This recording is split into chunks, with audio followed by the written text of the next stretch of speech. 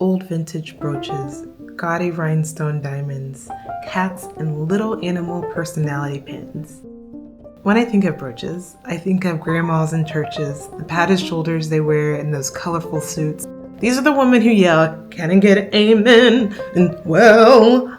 So hey y'all, my name is Tova. So it's the first Sunday of the month, which means one thing. It's the Alameda Flea Market. Yay! So I took my elderly client to the flea market. So I want to bring y'all with me of just this beautiful experience and the inspiration that came with it. So I did some contract work for this elderly person, helping do interior design work and home decor and helping them move into a retirement village. And so at one point we did butt heads just a little bit, and it was just mainly because you can't contain someone who's eclectic, and rightfully so. I like to put some containers into place first, just kind of gently educating people on like maybe we only bring in 2 wood species max, just saying, or if we are interested in some sort of trim like a silver or gold or black, we keep it to 1.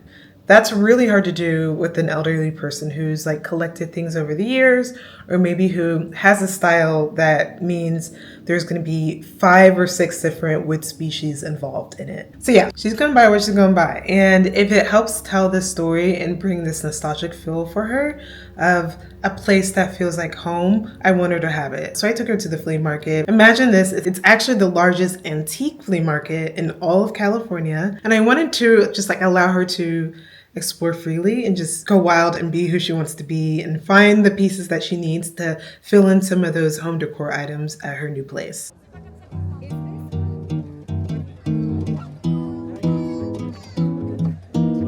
So imagine this, we arrive, it's like a mile just to get to the front entrance.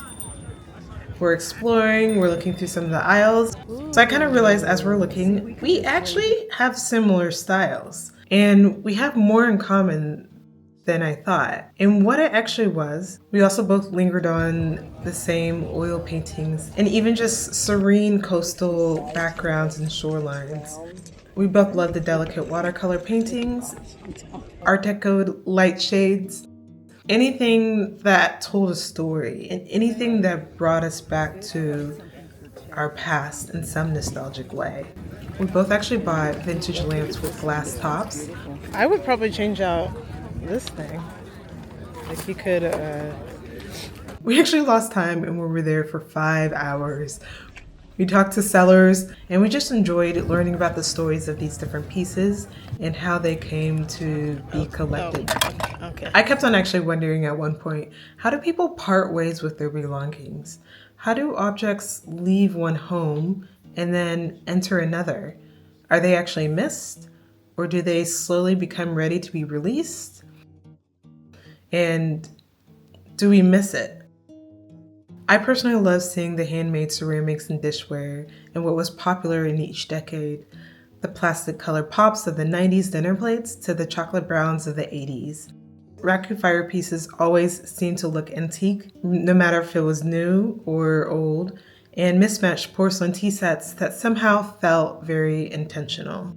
One of the things that kind of stood out to me was brooches, and it kind of reminded me of my grandma and the elderly client. The pieces that may not serve me, but something that I actually long to have because it reminds me of my past.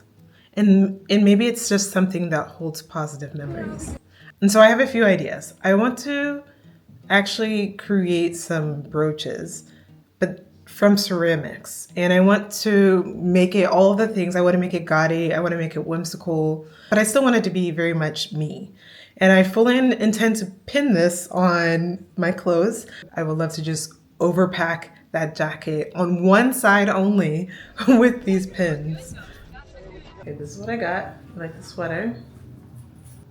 And I also got these cute heels. These look so cute. They look like they're from the 1950s. Also could be actual tango or salsa shoes, but I love it. It looks so dainty. And let me show you my favorite item.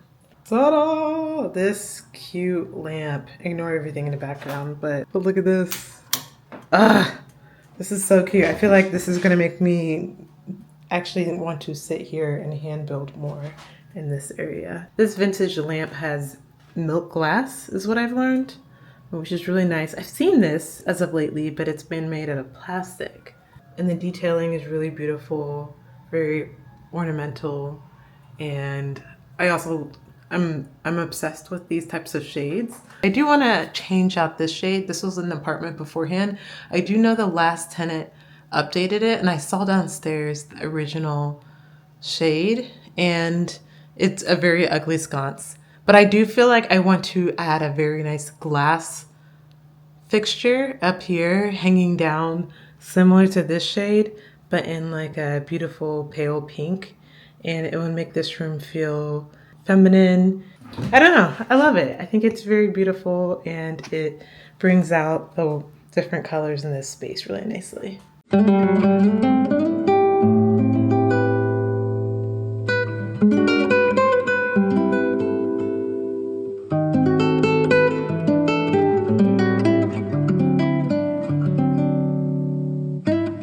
Okay, so let's create.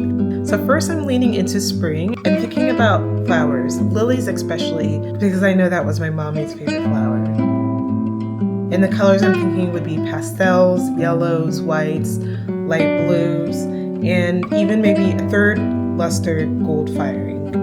You know how you see those brooches that are very dramatic with the different diamond shapes, and it's oversized, and it's very much like costume jewelry. That's what I want to do. And as you can see, it feels very much nostalgic, but it's new. I hope you can stay tuned for part 2. But also, of course, this is going to take some time. I'm going to get this fired, and I want to show you the final pieces on my jacket.